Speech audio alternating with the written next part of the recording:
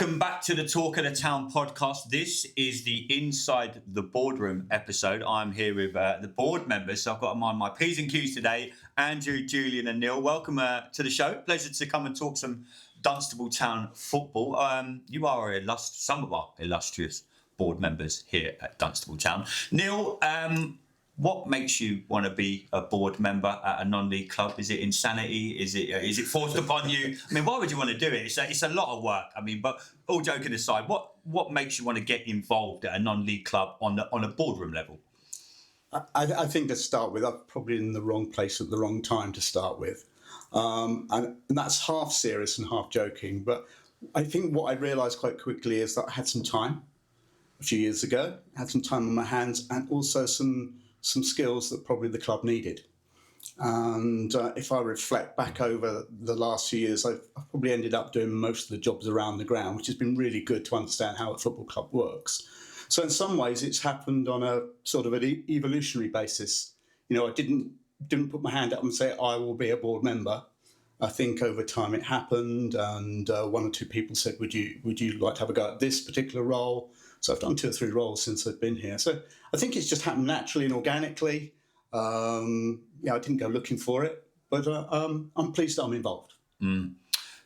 Julian, talk to us about what goes into being on a board member at a non-league club. We say all the time on our show, we say to the coaches, to the players, we're not full-time. We've all got day jobs. We've all got stuff going on in our lives. But, you've got a responsibility to the club, you guys. You ultimately make the decisions, the hirings, the firings, what goes on, the sponsorships that we do, all the stuff that we're doing outside of football with Chums and Crumbs, etc. But, just talk to us like what it is and what goes on and how hard it is doing it on a board level and having your day-to-day lives as well.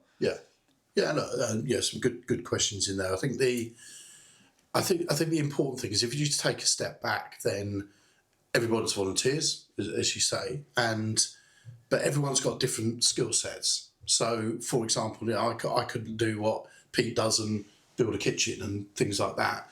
But what I can do is use some of my business experience, some of my board experience to help the club.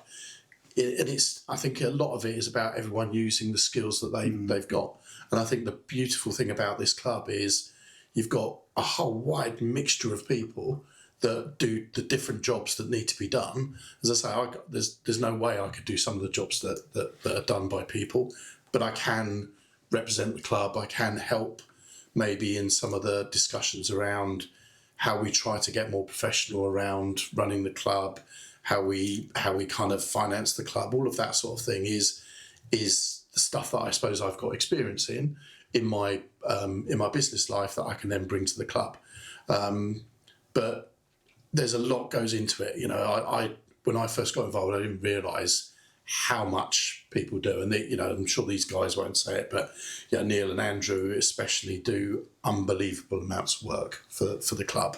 And it does, it touches all things. And I think when I first got involved, and Lee Narnia, who's not here today as well, one of the things that we looked at was, well, how can we make it run more like a business, but a business with volunteers and a purpose and everything else. And I think over the last 4 years or so, you've seen how that's really come to life. So Dunstable Town is no longer just a football club that's looking for money all the time. Dunstable Town is now as Andrew always describes it, it's a social enterprise. It does so many things off the field. And I've been amazed how volunteers have picked up on the kind of seeds of ideas that we all had when we spoke about what could this club be, and then they've taken that on, and it's just got with all the walking football, the ladies football, all the kind of social stuff that goes on is incredible.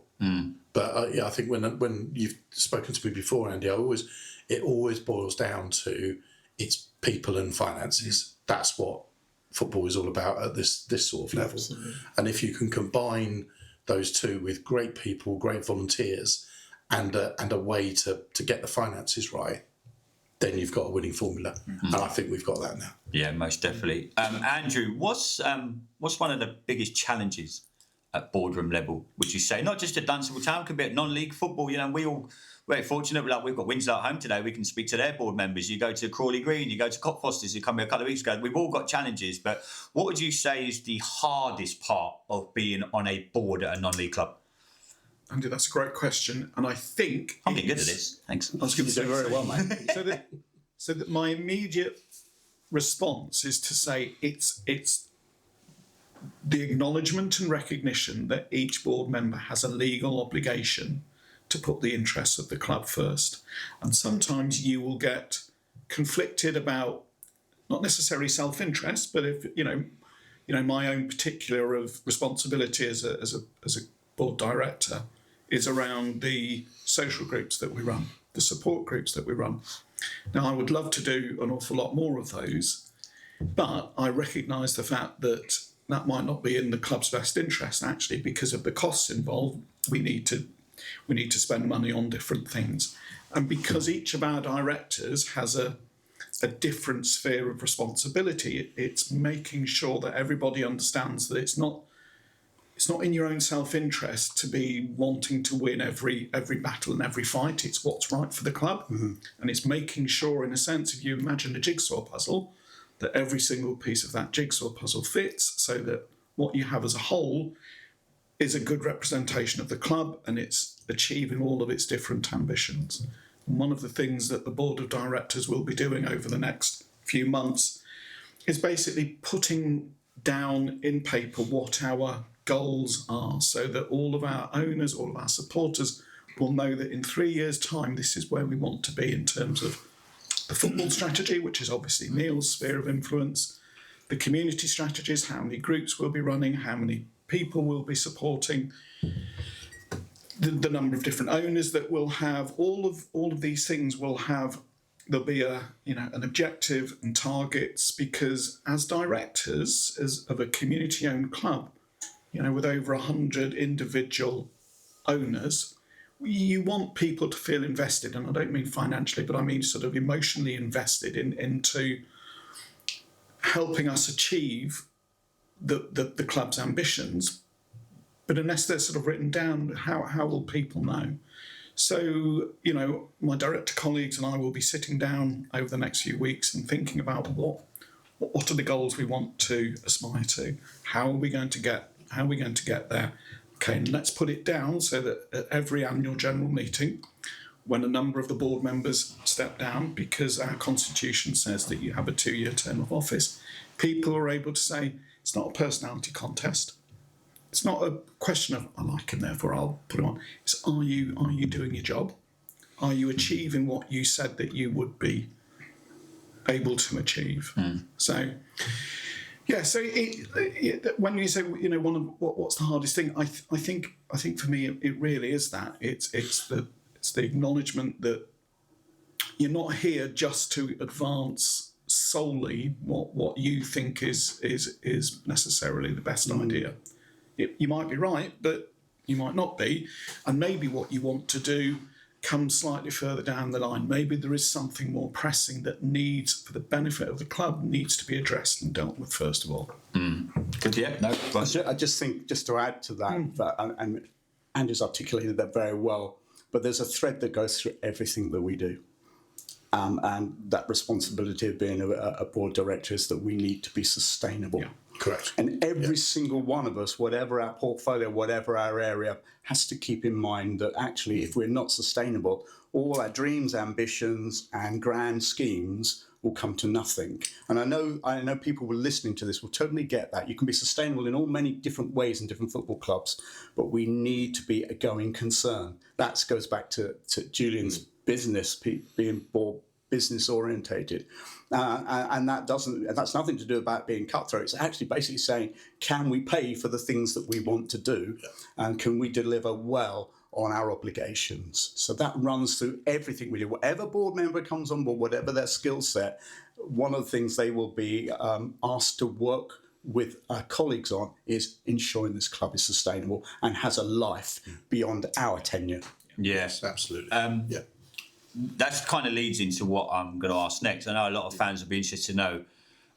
I'm not asking for any trade secrets here, but how hard is it to fund a non-league club, because you've got a playing budget, you've got everything that goes into a non-league club. You know, you turn on the floodlights here at the Beds FA. We're very fortunate that we got our ground through the Beds FA, but with funding at any level of football, it's all about money. Yeah. We will say from the Premier League all the way down to where we are at Step 5.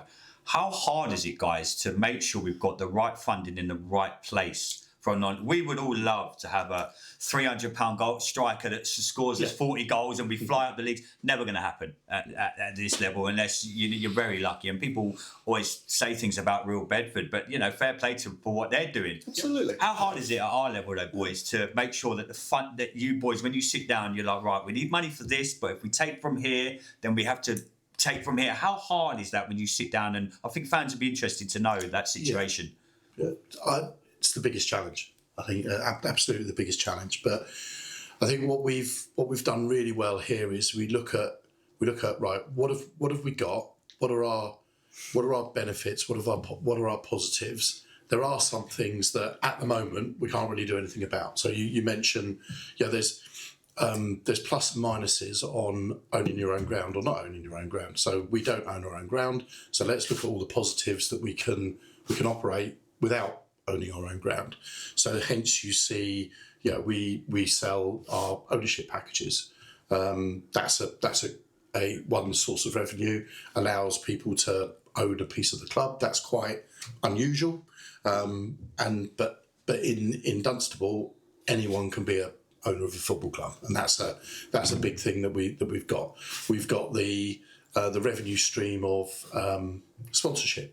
Really vital, really important. That's a big thing for us. And then, of course, we've got the match day income.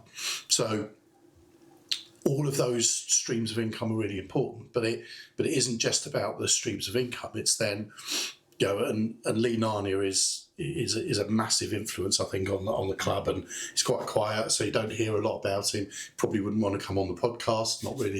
Not really his thing, but he's made a massive difference to this club. So, he's brought in the Love Admin system. So everything's on Love Admin now. So immediately we know, right, how much money's coming in, are the right amounts of money coming in. We're not having cash floating around anywhere. It's all really, really clear that how much money should be coming in, when should it come in, so you can then manage the cash flow. Because, from a business perspective, a lot of businesses don't fail because they haven't got enough revenue. They fail because they can't manage their cash flow. And that's really important, that we know when the cash is coming in, and then we know when we've got our expenditure, so you can balance those out. And Lee's done an amazing job at that.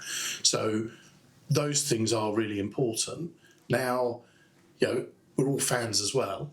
And you kind of, later on, I'll have my fan head on, and it'll be, can we do this? Can we do that? And I'll throw myself into the game. But then you also think, as you say, yes, we could go and spend huge amounts of money and maybe get a burst of excitement on the pitch. But the first team is only one aspect of the club. The club is much bigger than that. And yes, we want a successful first team, but we want a really successful youth section. And look at how much that's grown now. Yeah. Look at how the Lionesses and the girls teams, I mean, that's just phenomenal. And that really, that isn't us doing that. All we're doing as directors, I say, is creating the environment where people can go and grab that and make it happen. And look at what Wayne's done with the girls teams and things like that. So we create an environment, and people like him grab it and go, right, I'm going to make that happen now. And that's I come back to, you need people to be able to do stuff and make things happen. And we can only do so much. And it's important that we don't become like a sort of dictatorship, right? Well, all decisions need to be made at the board. They don't. And that's why we try and delegate stuff through. The board sets the overall vision and the strategy and is responsible for running the club properly. But then you need volunteers to grab those ideas and go and say, well, can I do this? Can I do that? And suddenly the whole thing expands, which is what we've seen. It's an interesting point you make about volunteers, isn't it? I mean, one of the things that really come home to me as I travel around at other clubs who are really doing the best they can, absolutely the best they can. And we're taking my hat off to all of them at our level and above, is that we have a fantastic group of volunteers, don't we? Yeah. We've been very, very fortunate to be able to engage people and say, and for them to see this part of the project. And that's really important, because on match days we want to create an experience, don't we? Yeah. So actually one of our revenue streams, of course, is getting the crowds through. Yeah. But did you notice that when we weren't doing very well, the gates didn't drop? Now, how long that would continue if you lost every single game? Well, you and I probably know that answer. But the reality is the match day, there is an experience when you come to Creasy Park. You feel as if there's something's going to happen off the field. I think the welcome is fantastic. I just look around my colleagues here, the way that they talk to people. We seek to engage with the supporters. The demographic, the mix of people watching Dunstable Town now, girls, boys, men, women, grandmas, granddads. Yeah. It's a really fantastic mix. And that's changed massively over the last 3 or 4 years. It really has. And so even sometimes when things aren't going so well, there's still a good atmosphere. Yeah. And that's because our volunteers are invested. They create a great environment when you come in. We don't get everything right, for goodness sake. No. But I'm grateful for that. I don't, you guys. I'm really grateful for that, because I see 1 or 2 other clubs and they just haven't got that sort of support. Yeah. And I feel for the people who are seeking to run the club. It's tough for them. I agree with that, Neil. And you do look at other clubs, and I've got every respect for anyone who volunteers in a football club, because you get some great benefits from it, but it can be hard work and a bit soul destroying sometimes. And and that's why the guys at Real Bedford, full respect to them. Big time, yeah. They're doing something really exciting. Great job. Yeah, anyone that's prepared to put time and money into non-league football, fantastic. Yeah. But then you've got other clubs that rely on, they seem to rely on like 2 or 3 really, really key people. Whereas I think what we've been able to do is expand that out a bit, so that you're not, these guys especially do tons of work, but you're not just relying on one person or one benefactor, or what happens if. We'd like to think now we've got a sustainable base that other people will come in and take on and everything else, and that's really important to us. Yeah, yes, we want to win every single football match for every one of our teams, but that doesn't happen. But if we can, at the end of it, when we all look back and say, well, did I make a difference? Did I help on that road to Dunstable Town being sustainable? Then we've done our job on it. Yeah. Can I just add, Andy? So when we were doing our due diligence in terms of was going down the community ownership, the supporter ownership road, the correct thing for Dunstable Town to do, and Julian came on board at that time, in a sense, to give us the business perspective. And we did the research, and there is quite a lot of research, and obviously community ownership is not right for every club. But there were 3 things that the research said would happen. 1, that you would increase the number of volunteers, and because people feel this is my club. So I don't mind sweeping up, because actually I own a part of this club. So we've tripled the number of volunteers now. Matchday volunteers to run the support groups, volunteers working behind the scenes. So we've just got just under 50 volunteers now. So gates would increase. So again, that's experience around 38, 40 other community-owned clubs, and we've more than doubled the gates. So despite the fact that we've struggled at home this season, our average attendance is up 13% on last year, and last year's was higher than the season before. So pre-CBS ownership, average attendance 110, we're now up to 230. So even when we were at step 3, even when we were playing 2 divisions higher, and we had ex-Premier League, ex-EFL footballers as part of the team, we were averaging 140. And that would be with travelling support from Kettering and Itchin and places.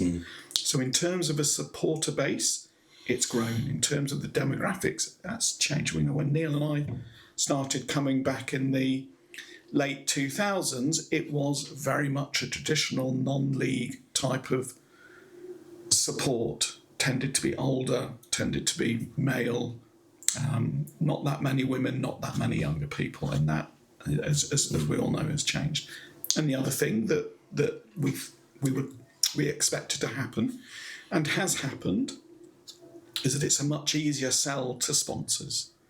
So going up to a sponsor, potential sponsor, and saying, would you be prepared to put some money into Dunstable Town Football Club? I'm really interested in football, thank you very much. But if you're able to say, well, it's a football club, but Monday to Friday, it's also supporting over 150 people through different community support groups, mental health care support groups, it's a much easier conversation to have, and people will say, not particularly interested in football, but here's a sum of money, can you just make sure it's spent on the community groups?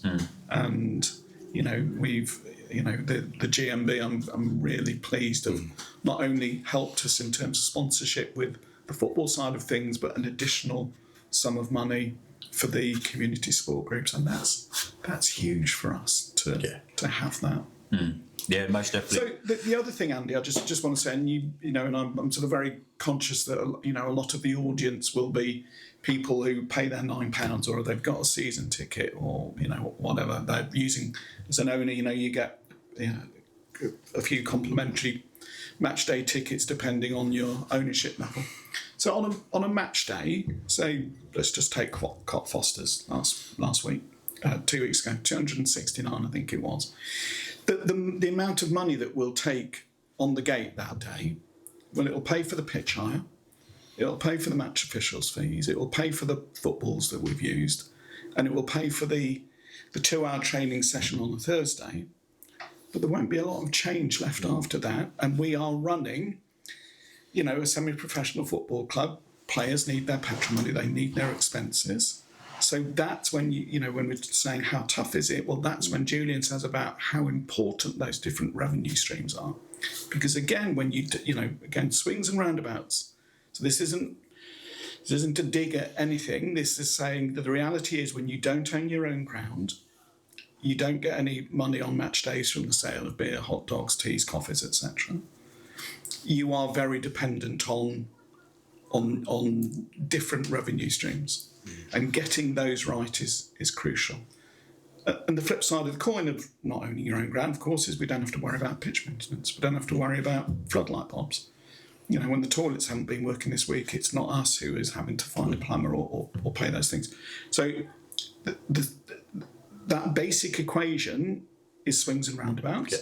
But it's important that all of our supporters understand, when people are going round, as Bob, Molly and Angel will be today, asking people to join the Creases Community Chest, first prize £100, second prize 75, third prize 50, that they sign up for it, because that helps us no end. Okay. Yeah, no, very well put, boys.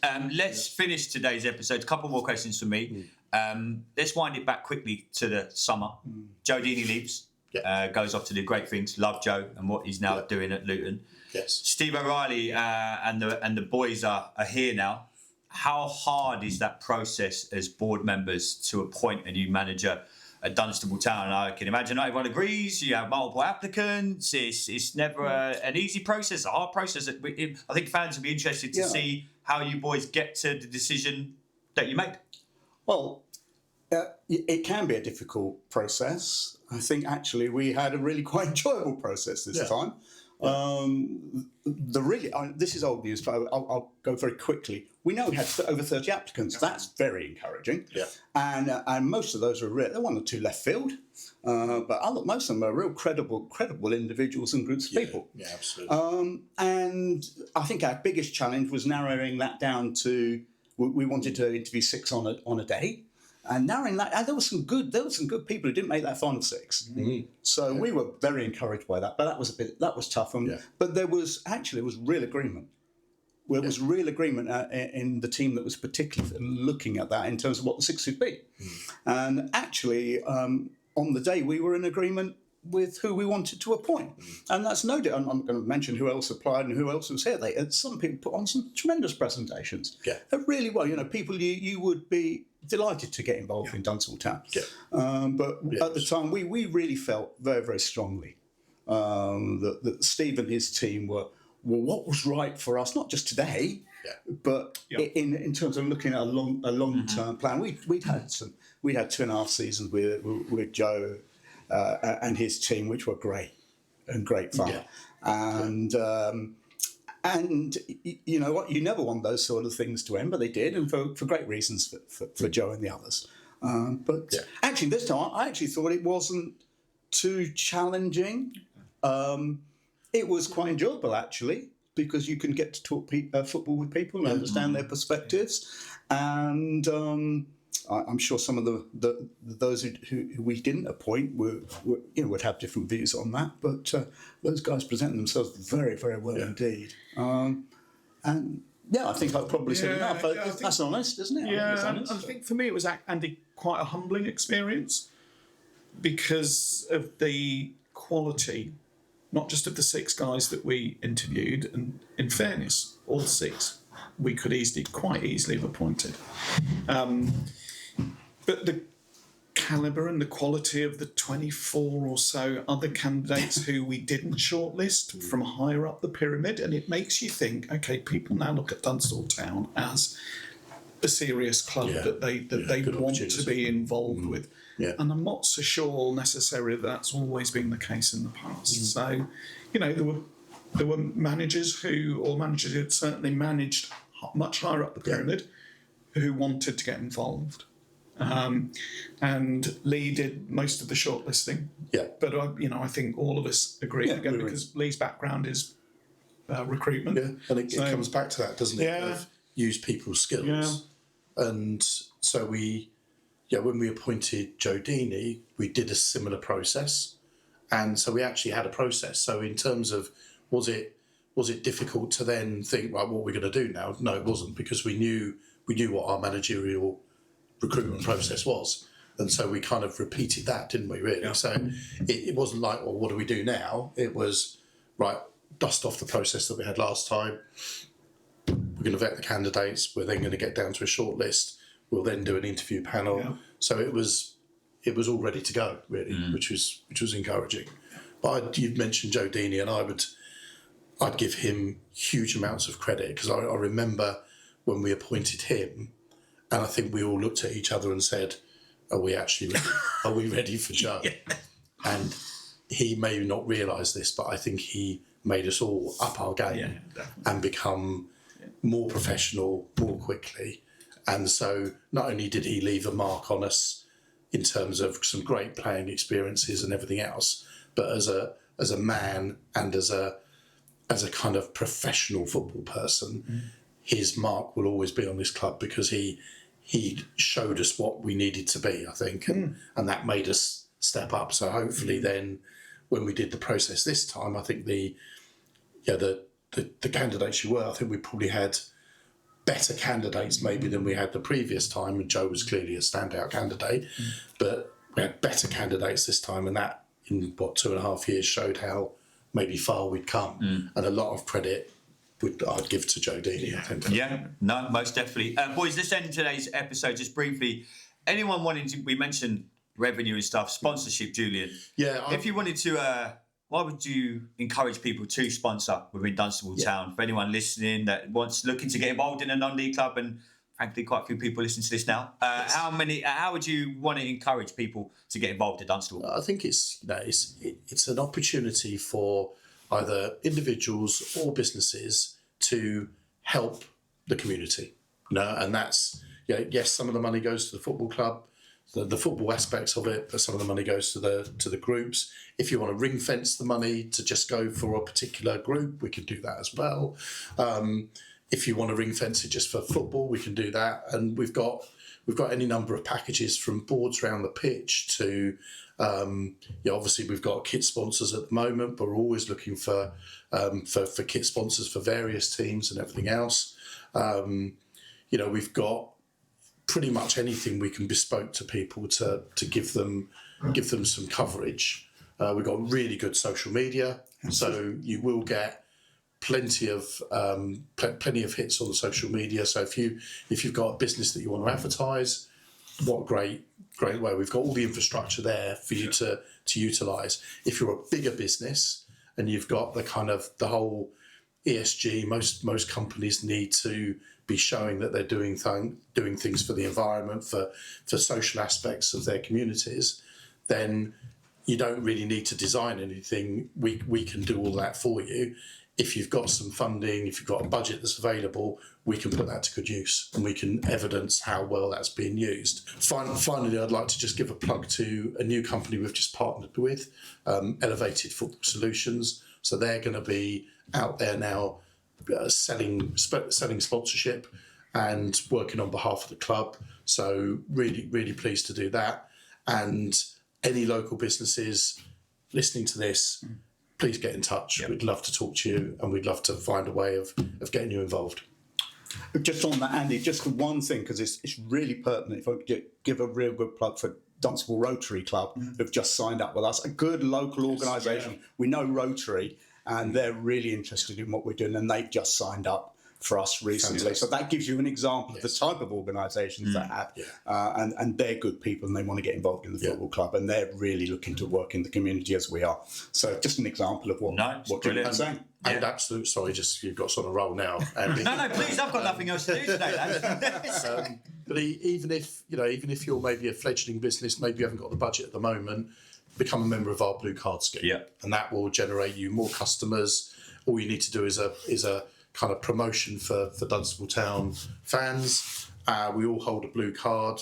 We're all part of that scheme. So if you want to generate some customers, want to generate some goodwill in the community without it costing you anything as a business, you can do that. Speak to Peter Bottom, I think, he's running the blue card scheme as well. So we've got whatever you're looking for as a business, we can cater for. Yeah. Boys, Julian, Andrew, Neil, I think it's been great for our fans to get a little insight of what goes on in the boardroom.